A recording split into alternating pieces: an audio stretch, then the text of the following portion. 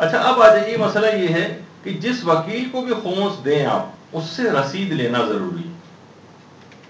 رسید لینا ضروری، اب وہ چاہے وہ کوئی ادارہ ہو یا وہ کوئی شخصیت ہو، رسید لیں اس سے۔ اچھا رسید لینا، لوگ اکثر کہتے ہیں کہ بھئی رسید کوئی شرعی حکم تو نہیں ہے، بس خمس پہنچا دینا آپ کو اطمینان ہونا چاہیے، یہ ایک حد تک بات صحیح ہے، لیکن مجتہدین نے اس سلسلے میں ایک انتظامی حکم جاری کر رکھا ہے، اور شاید کچھ بے اعتدالیاں اس سلسلے میں ہوں۔ بہت سارے، آپ کو پتہ ہے آج کل کا زمانہ اس قسم کا آ گیا ہے، جعلی افراد، جعلی وکیل، اس طرح کی بھی افراد ہوتے ہیں جن لوگ عام طور پر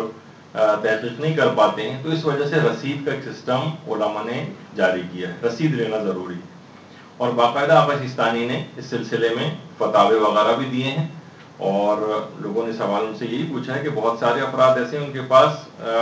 اجازت نامہ ہوتا ہے، مثلا کوئی ادارہ چلا رہے ہیں، کوئی مدرسہ چلا رہے ہیں، کوئی اس طریقے کا کوئی امام بارگاہ چلا رہے ہیں، تعمیر ہو رہی ہے کسی بھی ایسے ادارے کی، تو وہ مومنین سے پیسہ لیتے ہیں،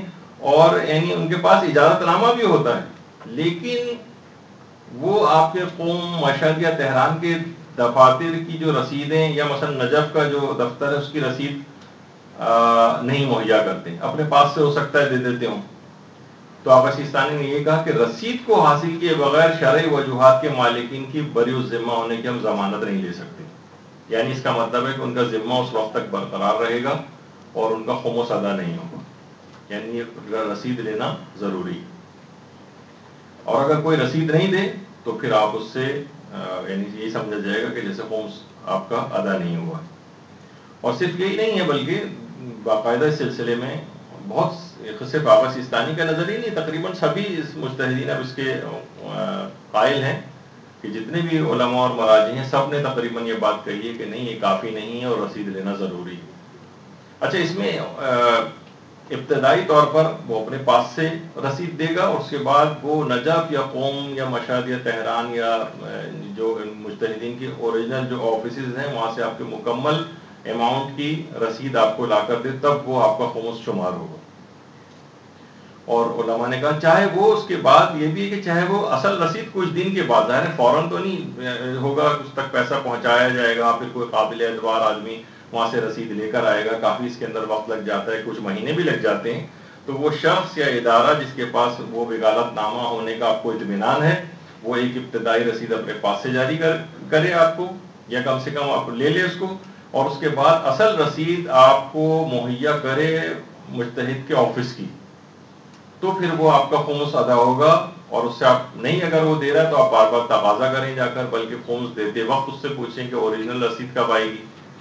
تو وہ اگر نہیں دے رہا ہے تو پھر آپ اس کو خمس نہیں دیں، ورنہ خمس بری الذمہ آپ نہیں ہو سکیں گی، اور شاید خمس دوبارہ نکالنا پڑے، تو اس کے اندر کافی مسئلے مسائل ہیں، تو اس میں اس کا خیال رکھا جائے۔ اچھا اب یہ سوال کہ اگر کوئی شخص یا ادارہ رسید نہ دے، تو یہ بات یاد رکھ لیجیے وہ فقط اس کا ذاتی رسید دینا کافی نہیں، بہت سے لوگوں نے ہوتے ہیں انہوں نے بہت اچھی سی ایک رسید بنائی ہوئی ہوتی ہے اپنی ذاتی، بڑے اچھی پرنٹڈ، اور اس کے اوپر مہر وہر بھی لگی ہوئی ہوتی ہے، لیکن وہ کافی نہیں، ان کی اپنی، چاہے وہ بہت سے لوگوں نے فارسی اور عربی کے اندر جو ہے اس طرح کی رسید بنائی ہوئی ہے، وہ اپنے پاس سے ایسی لگتا ہے کہ جیسے